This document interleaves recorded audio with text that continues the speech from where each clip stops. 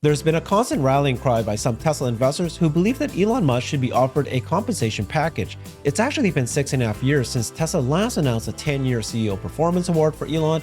In order for Elon to receive the full stock incentive, he had to first make Tesla's market cap grow from the $50 billion at the time to $650 billion. Not only that, but he had to make revenue and profitability goals also. If he didn't hit any of those milestones, he wouldn't be awarded anything. So imagine that, an incentive based purely on performance. Well, as we know, he not only hit these targets, but he did it in record time, just 2.5 years later. Since 2022, Elon has been working at Tesla for free. So is it time now to offer him a new aggressive incentive package? How would you structure it? And what would you offer? That's what we're going to discuss today. And we've got Jeff Lutz joining us. Jeff is an ex-supply chain and chief quality officer for several Fortune 100 companies. He's now running his own consulting firm. Thank you, Jeff. Hey, great to be with you, Herbert. So let's take a look at the sort of how this all played out. I want to show this video because Alexandra Mertz, in February of 2023, just earlier last year, she was already saying, bring this up, that Elon does not have a pay package. And she was calling that by May of the shareholder meeting, she was suggesting that Elon should be presented a pay package. And of course, it didn't happen. I think people remember this 6.5 years ago, the market cap of Tesla was $50 billion. And they gave him this performance award and people were laughing, going, there's no way he's going to hit $650 billion. And he does it 2.5 years later. So let's take a look at this, which is, this is the 2018 award that they offered him in January of 2018. And read up here, it says 100% pay for performance. He doesn't get anything if it doesn't hit these milestones. 10-year term, no salary, bonus, or time-based equity. I don't know anyone else who would ever accept the job without any of that. And that deserves to be special. I'm glad you called that out. That is, so when you're doing you're negotiating a comp package and you're kind of on both sides of the table, that's a major give, from the employee side, in this case, Elon. And that deserves to be called out. He basically was setting himself up. When you're kind of in a negotiation, you're kind of looking at how do you get advantage kind of from one way or another. If you're on the the board side of this or the shareholder side of this conversation, you're looking at this and saying, wow, this person isn't literally going to be paid anything if they don't produce these these results that are on this paper. So it's pure pay for performance, and you have to you really have to applaud that, someone agreeing to that, and really and it showed in his behaviors, and it showed in how he invested himself. He was already behind the mission, but this kind of, to me, is the proper wrapper to put that says, oh, we'll look at his behaviors and look at the results. And you were saying too, what's unique about this was, right, it's not only market cap that he had to do, he had to also hit revenue and earnings during each of these tranches. So it's amazing that all of these were hit. Yeah, and that's the right way to do these things. I think you could do another thing around unit or product scale, which really, you could say could track with revenue, but now Tesla is really transitioning more to, software and services. So I think if I'm looking out, and if I'm, if I'm on the board and I see the mission statement for the company, the way you're going to advance sustainable transport, you're going to solve a bunch of these different problems, whether it's autonomous driving, whether it's so forth, and it's going to scale revenue. It's going to scale EBITDA massively. I think one of the other things you may want to think about is, the scale of product as well. And this is debatable. As I'm saying, there's not one right answer, but I think the whole framework of having goals and tension is really important, so that you're not just optimizing along one vector, that these vectors actually kind of, you've got to optimize them, amongst, multiple vectors. So probably 2 or 3, not overly complex. And that's the best thing. Remember, when you're the board, you're representing the shareholders and you're representing the company, and you want to do the best thing for shareholders is you want to properly incentivize CEO, C-level team. And, if you're running compensation for the company, you want you want the major blocks of, with engineering, manufacturing, you want everybody properly compensated. You want their goals intention. You want as Tesla, scales and has this massive performance in the industry, you want everybody to share in it, because what that's going to do, that's a magnet that attracts the best and the brightest people. So the first thing you want to do is you want to get the CEO right, because the CEO sets the tone all the way on down for how the operation actually runs. The board is not in any day-to-day operations. So um, compensation is a really important thing to get right.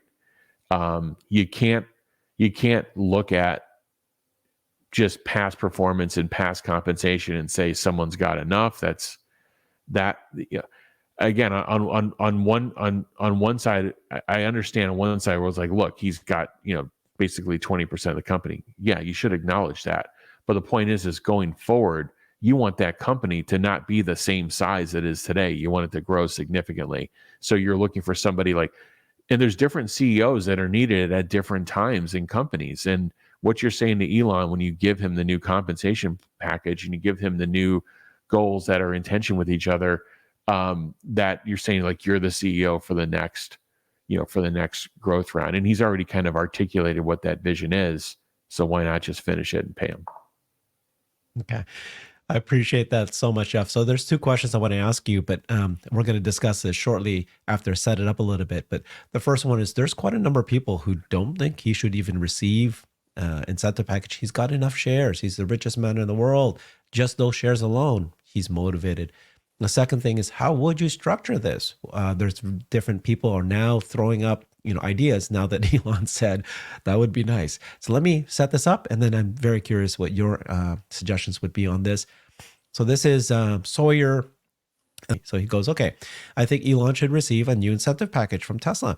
6.5 years since they announced a 10-year performance award with vesting entirely contingent on achieving market cap and operational milestones. And you have to make Tesla one of the largest companies in the world.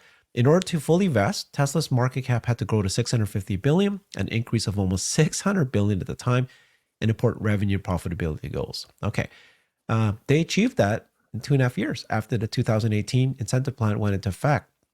Tesla also went on to hit many of the revenue and EBITDA milestones. So this is what he's suggesting. I think incentives are important, and like the previous 2018 plan, a new one should at least be partly based on market cap milestones, 2 trillion, 5 trillion, 7 trillion, 10 trillion, whatever the board of directors decides, but it should be ambitious. Elon has previously stated that with extremely good execution, he believes Tesla could achieve a valuation compared to the combined value of Apple and Saudi Aramco in 5 years. This would be 4 trillion. Optimus, Robotaxi, next-gen car, Tesla Energy, so many big things in the pipeline that could create incredible revenue and earnings growth. Yeah, what's your thoughts on his proposal there? Yeah, I think it's good because there's monetary, there's compensation, and it's along multiple vectors in terms of scaling the market cap of the company, and then operational milestones. Like I said, I like the market cap vector. I like the free cash or EPS type vector, adjusted EBITDA, and I would like something around scaling, really the hardware and services of the company, whether it's, again, it's product, it's bots, it's so forth, but it's also scaling the reach of Tesla's autonomous services. And I think that will really help drive the blend of kind of all these investments and things swirling, whether it's Tesla AI and all these different number of things of like this stuff that you're working on needs to be in product, in consumers' hands, and really around the Tesla brand. So I like kind of a multi-factored set of goals, and I think that's the right. I think it's the right way to structure this. And again, I would kind of do it around market capitalization, so the growth of the company, but also the growth of the hardware and services being deployed in volume globally. That's the way I would approach it. Okay, and this is Mayor suggested this. You would do it in 5 tranches. If you hit $500 stock price, $10 of free cash flow per share, 1,000, 1,500, 2,000, 2,500. Seems low. What did you think about this proposal? Yeah, I like that. Again, there's kind of two goals together versus just going along one vector. The stock Mhm. price thing is interesting, right? Because at one point Tesla had many hundreds of times of forward earnings in their stock price. I think in 2021, but that's how shareholders are rewarded, though. So I think it's interesting. I think there is a tie back to the market capitalization of the company. I think it's interesting. I just like the structure that there's at least two goals in somewhat tension of each other. So you can't just optimize for stock price and do a bunch of stuff around the stock price of the company and then not the company not have a healthy balance sheet, for example. I think that's what Elon's actually going for. I don't think he's kind of on this quarterly financial engineering trajectory. I think he's thinking more longer term. But as shareholders, it can't be like many years out. You've grown this company to $1 trillion at one point. I think we want to see this thing to start stair stepping up. Would kind of be the best thing for for shareholders over time. So I like goals intention. I think Mayor's suggestion is another one it's another one to consider. But multi-factored goals intention, and again, I think something around the hardware and services scaling. Okay, well, if you're gonna come on, Jeff, give me a number here. So if you're gonna do a 10-year thing for him, what number would you say is the largest? Like 4 trillion, 10 trillion? Like what's the number? I think getting the company. I mean, these numbers sound outrageous right now, but you've got Microsoft already at 3 trillion, and Apple was just there. So I Yeah, think a 10 trillion on the high end isn't outrageous, for 10 and I think years. it would Yeah. be aspirational to drive the Yeah. company to, considering it's at around 700 billion today. So you're talking about a 15x on the company. Okay. Yeah, I think I mean, that's crazy numbers, by the way. It Crazy, was crazy, crazy. 12x, But right? The last one, he took it from 50 to 50 is 650. about a 12x, so 13x. Okay, very good. I like that. I like the way you pegged it on that. So here's just one last comment here. This guy thought was a very interesting comment. He said, the Tesla board and shareholders must think very hard before offering Elon Musk a compensation package. Here's his point. Tesla's already on a trajectory to multiple market cap with or without Elon, in his opinion. What do you think about that? That, it's already there. You don't have to do this. It'll still hit at this point. I mean, I think there's some truth to Tesla is set up very well because Elon set the company up very well. He's been hiring an executive team in his likeness that has worked in his likeness over the last 10, 12, 15 years. I think that's one of the most underestimated things that Elon does that people aren't aware of, because a lot of the executive team aren't overly active on social media or aren't overly active in interviews. But I think over the last 6 months, they've been getting out there a little bit more.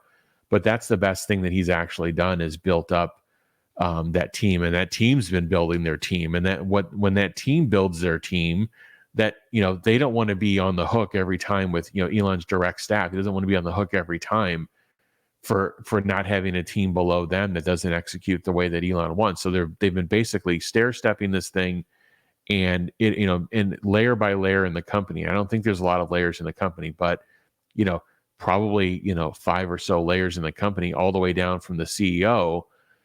And he's built a company in his likeness. So that post that was up there saying, well, Tesla would keep motoring on, to some extent that's true. But I don't think you get the aspirational things like the bot, and what he wants to do with the bot from an autonomy perspective and scaling labor. I don't think you get that by just the Tesla kind of motoring on. I don't think you get the kind of schedule compression that Elon drives. This whole concept of driving schedules basically down to the laws of physics, and he's got a physics background, and he kind of breaks everything down to, all right, if we were actually to operate at the laws of physics, that's a very important concept to use in engineering schedules as well as supply chain. I don't think you get that without Elon. Does it go away the day one if Elon goes away? No, because he's been training his team. But he's honestly, with executives moving in and out, the structure of the company changing, he is kind of, he is that focal point. And, while he's built a strong team, I don't think you get the 10 trillion, even the 5 trillion, in that kind of scale with all the things that Tesla's going to encounter, whether it's regulatory or whether it's just these technical challenges where he's got to help drive the team and pivot and motivate them. I don't think you get that without Elon. But you do have a company that is set up to grow to a certain extent, regardless. But to say that he doesn't, to say that somebody should just be sitting at a company and working without an active forward compensation plan long term, I don't think that's proper board governance. I don't think that's proper corporate governance of the company. I think you want every person in the company with proper motivation. Because who's for us to say that, oh, he's got enough? Well, what are his goals? Like, he's colonizing Mars, he's doing all these different things for the world. I mean, Yeah. his goal set's a little bit higher than the way maybe some others think. So I go back to the whole capital allocator conversation. He will go down as the best capital allocator ever. So when I see our government and I see 34 trillion in debt, I see all these different things happening. I see where all this money is going, and I'm like, we're having this conversation. Should Elon Musk have a compensation plan or not? To me, seems a little bit bizarre. But again, I want to be very clear. I don't think it changed. Like, I think Elon's motivated. I think he's engaged. I think if you look at that investor day from last year and you look at how the company's executing, to say that he's not, are there problems? Yes, there's a top 5 list in every company, and I've been very ready to call it out on Tesla as well. We did on the last Cyber Bulls, but in terms of the growth trajectory, it's honestly unmatched. I can't imagine another person in there delivering better results than that. So yeah, he should have a compensation package. Fantastic. Thank you for your point of view, Jeff. That was fantastic. The only thing I think I'll make a point on is that we're talking giant numbers here, like trillions, 10 trillion. And at that point, billions to the person who helped you take you there, the only person who took you there, really, that really mattered most. They should be rewarded.